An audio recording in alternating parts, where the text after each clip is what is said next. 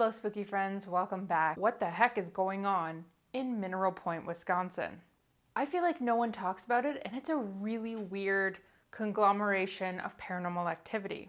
So today I'll go through some of the paranormal activity that we've seen coming from Mineral Point, Wisconsin, a little bit of the background about Mineral Point. It's a charming small town with about 3,000 people in southwest Wisconsin. Mineral Point saw its European settlers in the late 1820s. It became a lead mining area that attracted many immigrants from the 1840s from Cornwall in England. Now, I will add a caveat that people from Cornwall are excellent storytellers. Magically, I would say. They have a rich culture centered around folklore, of telling stories passionately of creatures and beings, of lore. So, suffice it to say that people in Mineral Point have come from this culture, and it may have played into a little bit the stories that I'm about to tell you. But again, I'd like to know your thoughts on this because it's interesting to me. It's a really charming little town. It's got a main street. There's a lot of art galleries, a lot of restaurants. It's very family friendly and very lively. But it has a dark side, and it goes way back. Where does it all begin? Well, let's start with a story of a vampire. Our story begins in 1981. It was said that there was a vampire stalking the people of Mineral Point, Wisconsin, specifically their graveyard, the Graceland Cemetery. There was a quote-unquote vampiric-looking fella wandering around, and the police were called. It was a snowy night, which is an important detail to come later, because also, who would be skulking around a cemetery in the middle of winter? I know I've had to put a kibosh on any of my paranormal escapades because of how freaking cold it is up here. The average temperature in Wisconsin does get pretty cold. So the police are called and they're sent to the cemetery, and this is supposed to put the entire town at ease, right? Like, you call the police come out, it's nothing, and boom, everyone's okay, right? Wrong. Things escalated quickly. This is where Officer John Pepper was called to the scene of a man, sort of, skulking around the cemetery, and it was said that he was tall, pale, and vampire-like. Cue picture of Nosferatu. John went there, having been on the force for like 18 years, to see this vampire with his own eyes, and he got way more than he bargained for. He said that what he saw was a tall, pale, slender, and ugly creature who was a textbook vampire, sort of Nosferatu-esque if you want to picture it. At this point, the vampire noticed that John was noticing him and took off like a bat. That's a really funny saying, very relevant. John says that the vampire got away by leaping over a 6-foot fence. You know, like the iron fences that they have around cemeteries, just cleared it, no problem. And there was no snowy footprints on the other side when he caught up to the fence. It's as if the creature flew away. Now, a lot of officers thought that John was full of crap, so they went to the scene themselves and found the same thing. And this was really strange because it was this night where you would have seen the footprints in the snow. And so the fact that a lot of officers came, they said several, came to the scene and didn't see that, that's a little odd and inexplicable. It happens again. So time goes on and the officers sort of drop the case because there's no leads, it doesn't happen for a while. That is until 2004. 23 years later, after the first incident, police are called again to Graceland Cemetery. Residents are saying there's a person in the cemetery that looks like a vampire. He's tall and slender and vampiric. Only this time, he's attacking people by jumping out of trees at them near an apartment complex, which is a no-no. You don't want to do that. So the police rush there, and what they see is a man that not only fits the description from previous, but he also flees in the same manner the second that he sees the officers. Again, the officers chase him and he flees the scene completely. Only this time he jumped a 10-foot fence. What is this? And yet again, though they see what is physically a vampire, they do not find any footprints. This is of note because a man running through the snow would have left footprints behind before jumping a 10-foot fence, which, I mean, only a superhuman would be able to do it at this point, right? Some people think that the Mineral Point vampire turned into a bat to elude officers, though there's no written evidence of this. And this is 2004, so this is all like in the documents, it's in the records. This is not the last time they hear from the Mineral Point vampire. Now, the last story that we have about him is quite odd. So a couple is fishing and they hear a noise. This is only 4 years after 2004, so this is 2008. They call the police because they notice a man is stalking them. He's watching them. And he ends up climbing up onto their jetty, which is a boat, climbing up onto their jetty to attack them. It was then that Brandon Hertz, the would-be victim, actually defended himself against the vampire, saving his life and his girlfriend's. He threw his flashlight at the vampire. They were able to flee to their car before the creature could catch up with them. So Brandon Hertz and his girlfriend Jamie went to the police station, gave their report, and the police went back to investigate the scene that they had just been at. They had left all of their fishing supplies and tackle, things like that, in the boat and just left. So the police went back to the scene to check to make sure it was safe before they could collect their belongings.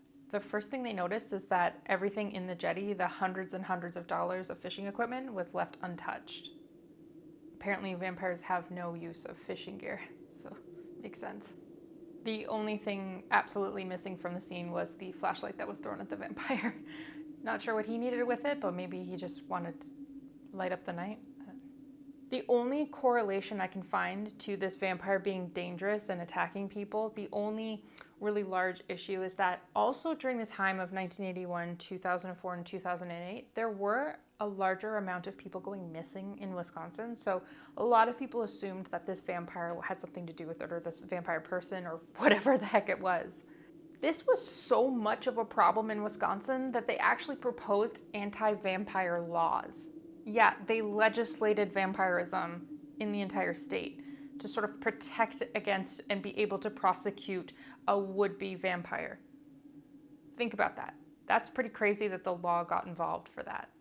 So witnesses report at least 3 life sightings between 1981 and 2008 of this would-be vampire. And in each case, officers responded to the scene and saw the man fleeing or evidence that the vampire was there. Within the last case, the flashlight being missing. This means that there is actual evidence, and now they're starting to wonder if the vampire truly does exist. Unbelievably, this is not the only paranormal occurrence in Mineral Point. So along with having Mineral Point vampire, we also have a Mineral Point werewolf. Though not as grand as the Mineral Point vampire appearing 3 times in history, the Mineral Point werewolf is just as terrifying. Also, beware of a tall, thin, pale guy hanging out in cemeteries in Wisconsin, maybe. So in the book Hunting with an American Werewolf, Beastmen in Wisconsin and Beyond, author Linda S. Godfrey said that a woman only going by the name of Kim reached out to her in 2004 about a story that happened to her in 1987 where a werewolf made its presence known. Now, Kim says that in the middle of a Wisconsin spring afternoon, just before the full moon, she saw what she assumes is a werewolf running as it was transforming. She says that it ran into a building, clutched a railing, and turned back into its human form. She also claims that 15 to 20 people also witnessed the same incident. Although it is of note that Godfrey could not substantiate any of the claims that Kim had made.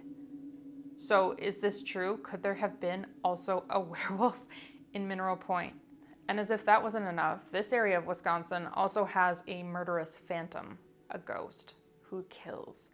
The Ridgeway Phantom. Now, if you haven't heard of the Ridgeway Phantom, it's a very sad story, but very confusing. And there's a lot of parts, so hang with me on this. So the Ridgeway Phantom is a supernatural entity that sort of haunts the Mineral Point area. And many residents have claimed to have an occurrence with whatever this is.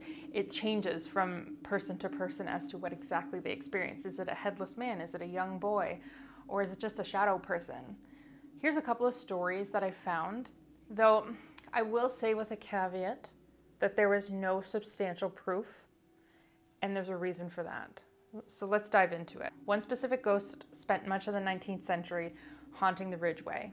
There's one specific ghost story that haunts both Ridgeway and Mineral Point during the 19th century. It's taken on several shapes, ranging from a ball of light, a shadow person, you name it, and people have seen it in this area. So what exactly is going on here? Well, fear of this phantom is so rampant among citizens that many will not leave their home without an armed escort after the sun goes down, to this day. So where does this originally come from? Well, let's look into some stories. I'm going to preface this by saying that looking up this story, there were several sources that had varying amounts of information. So I'm going to speak about some common ones. I'd love to know in the comments section if you have more information about the Ridgeway. I'm not going to pretend that I'm correct on this. The history of the Ridgeway, it's a little murky, and again, there's a reason why. I'll get to that in a second. But it's said that in the 1840s there was a murder that occurred, and it was very brutal and very sad. Mineral Point is named for its lead production and its mining community. And way back in the 1840s, it was booming. There was many people here in this community filling it out, and after spending a long day in the mine, in the dark, God knows what type of situation they were in down there, the environment was probably pretty awful. They all had a common hobby at nighttime. They would go to a brightly lit, warm pub for a pint and a nice warm dinner. And everybody in this community would go. And just as a caveat, the mining ages of people would be as low as 10 years old. The common age was probably in their 20s, but you wouldn't last much longer after your 30s, just because of the type of work it was. So a lot of the town was quite young and really rowdy. And on one particular night in February, the town gathered for their usual merriment, getting drunk. During their merriment, an argument seems to occur in the story. A brawl ensues, and a 14-year-old boy with his 15-year-old brother are killed in two different ways. The 14-year-old is thrown into the fire and he burns to death. His 15-year-old brother tries to escape, but unfortunately succumbs to the cold outside instead of making it to their home, which is in Mineral Point. So one boy burns and one boy freezes to death on the same night.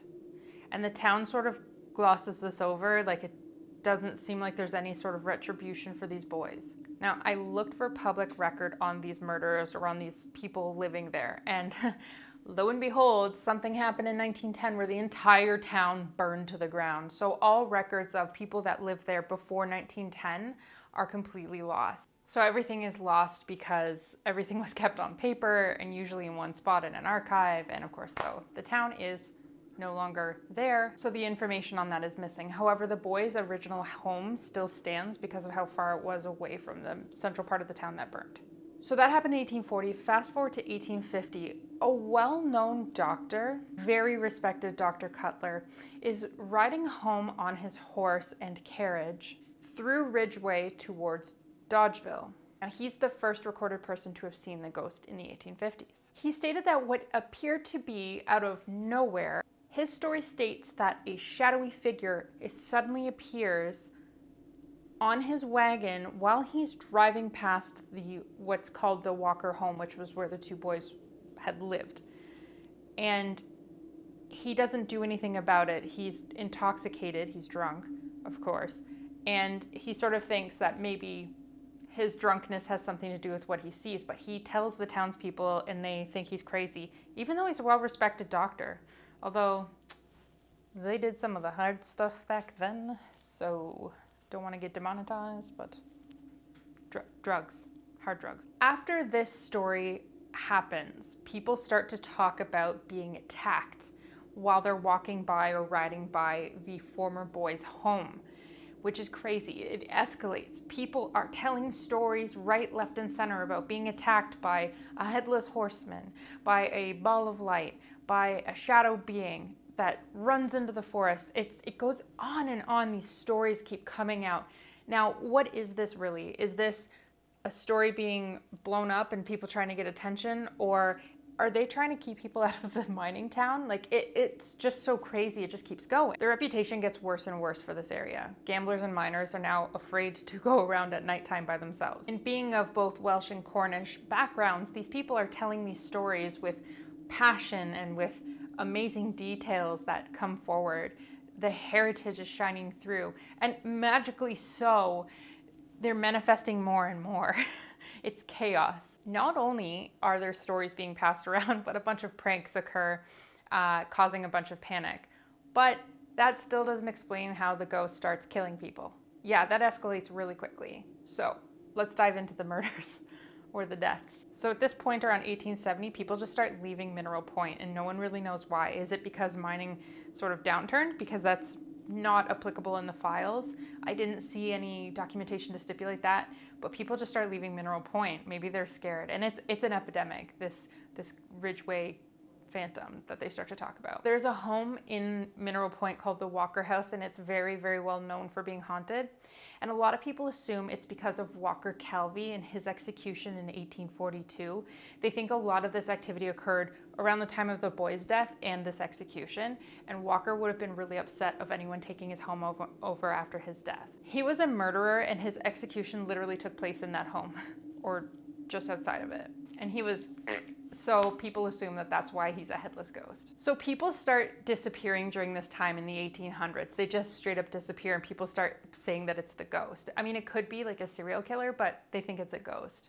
And Dr. Cutler again sees the phantom and dies shortly after. 2 other people die of fright after claiming to have witnessed the ghost, or they are found dead of fright along the path. And it escalates more and more. So the stories are going crazy at this point. More people of repute have been telling people that they've seen a headless ghost or a flaming ball or a shadow person in the forest, and it just escalates from there. That is why people believe that a lot of people left the town. They just couldn't take the haunting anymore. It was too spooky. A well-liked man named John Lewis actually succumbed to a bunch of ailments. He was literally plagued with ailments after saying that he saw the Ridgeway phantom, whatever it was. It was after his death that the locals just stopped going out after dark. They were so scared. On top of having a vampire, a werewolf, a murderous spirit entity ghost or multiple ghosts, there's also a huge amount of UFO sightings in the state of Wisconsin, but Mineral Point has one of very big note.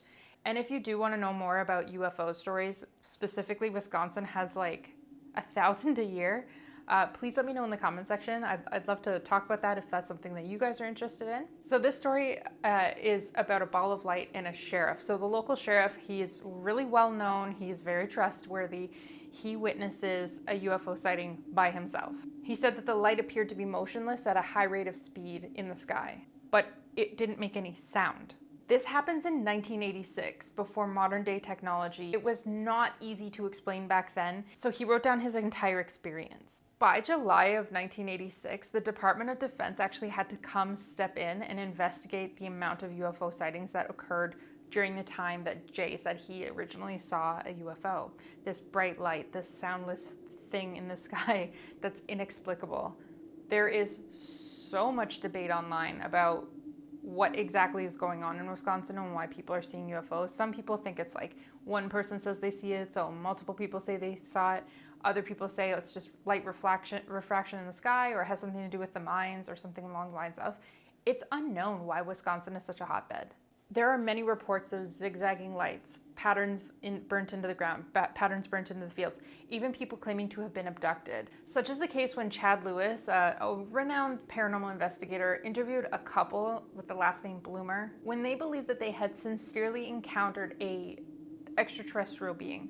They say that late one night a wife got up to go use the bathroom, and while walking down the hallway she noticed a strange light, so she went to investigate. Looking closer, she noticed that there was a light hovering in the forest. I wouldn't investigate this, I would just go back to bed, right? Pull the covers up. She claims it was the size of a small house and she was very overcome with confusion. She said that something kind of came over her. Now she ran back home to go lock the door, but she said that she was, quote, too late because they were already here. Now I don't know if she thought that, felt that, or if they were like literally like right in front of her. But she said that her door swung open and fog started rolling out of it. And through the fog, she felt a hand reach out and grab her. And then everything goes dark for her. She comes to, she's standing in her bathroom and she's seeing the light kind of leave the area. The next day, she and her husband went to investigate and they found a burn mark on the ground in the backyard. So they assume that something has happened to her. They underwent hypnosis to sort of investigate. And under hypnosis, she recalled being taken by aliens. So what are your thoughts? Did she get taken by aliens? It's hard to say. There are more experiences daily, and if you want to know more information, visit the National UFO Reporting Center online.